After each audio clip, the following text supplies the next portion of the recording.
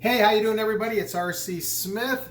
Welcome to my kitchen. I hope everybody's doing well. The video response, or the response to my videos, as I should say, has been really, really good, and I appreciate everybody watching it. I hope you're cooking the dishes that I show you how to make. I hope you're being entertained. I hope you're laughing.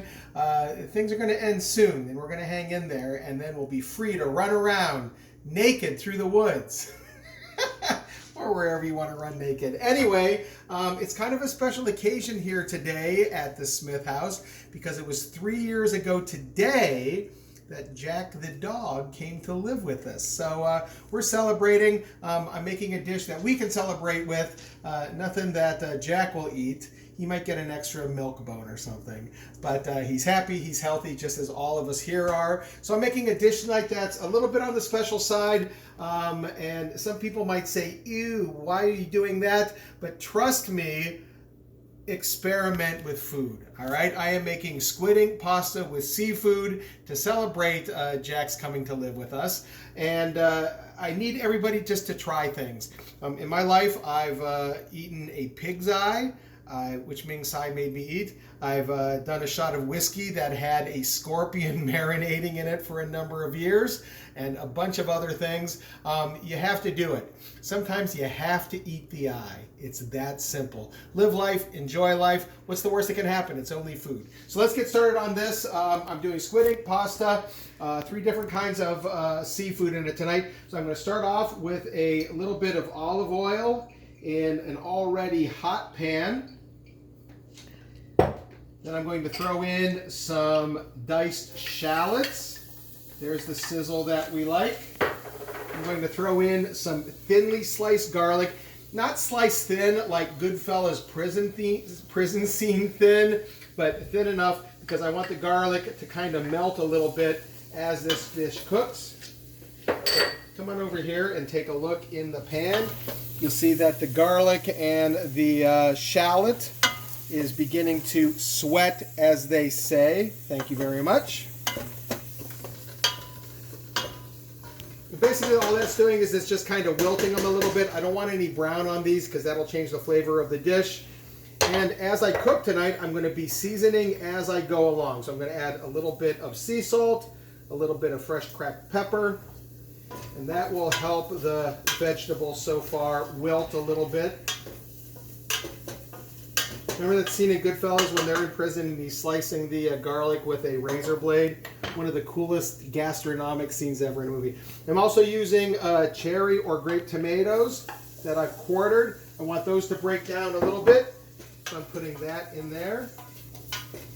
And already this smells really, really good. Can you see that there? Take a look at that. Look how good those look. Absolutely beautiful. And it's practically the colors of Italy. So far I have red and white. All I need is a little bit of green. I don't think there's any green in this dish. No, there's no green in this dish. So if you're Italian, you're just going to have to deal with it. By the way, here's to everybody. My nightly martini. I hope everybody's doing well. God bless you. All right. So I have the veg going here in a very hot pan.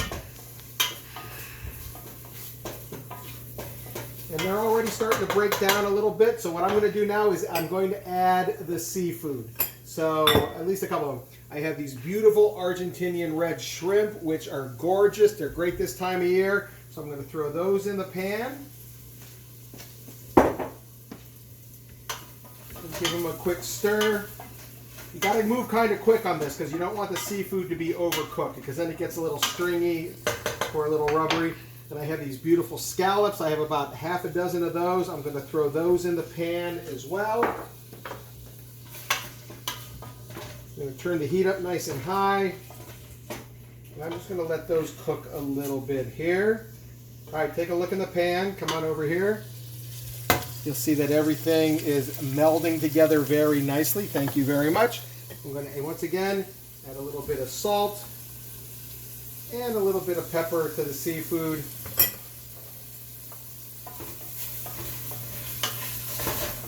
And I'm going to get these browned nice. So just to recap so far, I have garlic, I have a shallot, I have olive oil, I have some Argentinian red shrimp. You can use any kind of shrimp you want, and I have some sea scallops, as opposed to the bay scallops. The bay scallops tend to be the little ones. These are sea scallops, and they're a little bit on the bigger side. So I'm going to bring these to a little bit of a brown, and this is what they call downtime. I'm going to take that, I'm going to take a sip of my martini. And once again, if you want to find out how to make a perfect cocktail, follow my friend A.G. Devitt on Facebook. Andrew Devitt is his page. Every night, or at least every other night or so, he's making a cocktail. It goes great with whatever I'm making here in my kitchen. Now, a lot of people have asked me, they've said, how do you decide what to cook every night? I kind of don't. I kind of decide that day. It's whatever I feel like having. It's whatever my family feels like having. And then I go to the store, I pick up what I need to, and I cook it that night. Of course, you should always have a well-stocked pantry full of the basics: salt, pepper, a little bit of everything. Come on over here, take a look at this. It's a little bit messy, but that's my pantry. I got a lot of stuff going on in there. That's all you're going to see. So as far as spices and baking and things like that, I have plenty of stuff going on. All right, so you notice that the scallops and the shrimp, oh, come take a look at this. They're starting to brown really, really nicely, but we don't want to overcook them. So I'm going to turn my heat down just a little bit. Now you notice on the bottom of that, look at all that beautiful brown. That's not a burned pan. That's what they call the font. Thank you. By the way, I have a new camera person working with me tonight, and so far, I think she's doing a pretty good job. All right, so I'm going to turn the heat down, as I said, and now I'm going to deglaze the pan, because now we're getting into a very, very important part where you don't want the seafood to be overcooked, so you got to move kind of fast. I'm taking a beautiful dry vermouth. I always have dry vermouth in the house because I drink a lot of martinis. You can use any kind of white wine, but I'm going to do what they call deglazing the pan. I'm going to pour that in there. I'm going to scrape and get all the beautiful brown off the bottom, as you can see there. As my good friend Carla Hall always used to say, there's flavor in the brown. The scallops are plumping up. The shrimp is getting nice and juicy. So I'm going to let that, I'm going to turn the heat back up, and I'm just going to let that deglaze a little bit, and I'm going to let the alcohol cook off. Dry vermouth is actually just a white wine. That's all it is. It's sort of a fortified white wine. So you can use that for cooking just like you would use a Pinot Grigio or a Chardonnay or anything like that. So I've got this going down. It's reducing very nicely.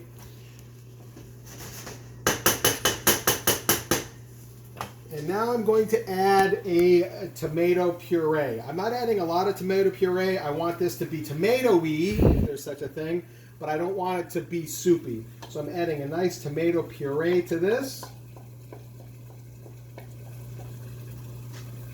All right, take a look at this, and that and the vermouth adds a really, really nice sauce. All right, so once again, I salt, I pepper. I'm going to add just a little bit